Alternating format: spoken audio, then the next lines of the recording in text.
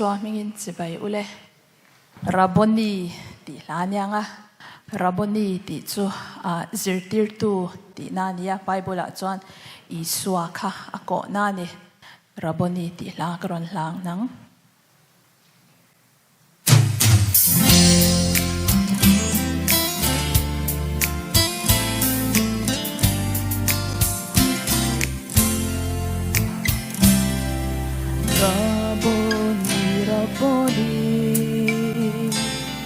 Gandam na kan engkim nini Raboni, Raboni Gandam na kan engkim Shinun lai lamaya Harsat na zungza min zen Kantak sa khon var po himeke Didam tu iswa mu kan tu ani Raboni, Raboni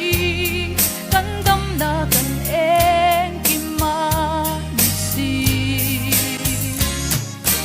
Raboni, Raboni Kandam na kan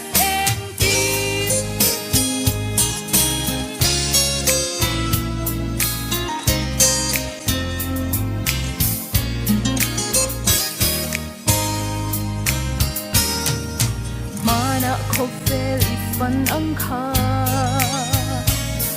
phang lệ ang che kan thin lung ram hi lung ai room lệ nat na nei song ten mangai tu i swa hu kan du ani Raboni, Raboni kandam na kan en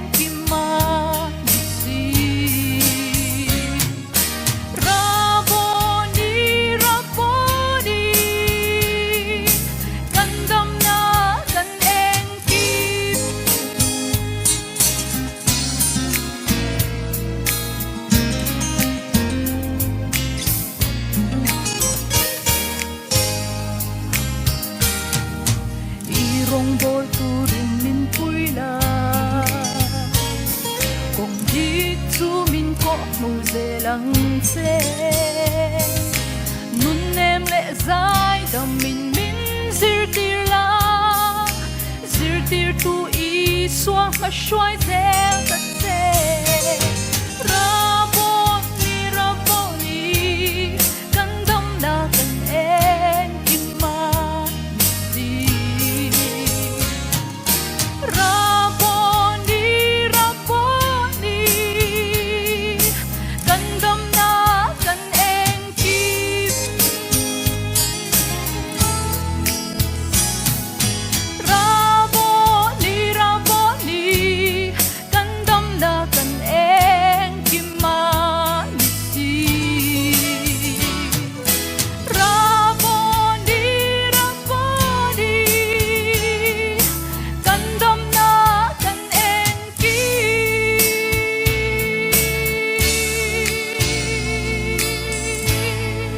El paro puirose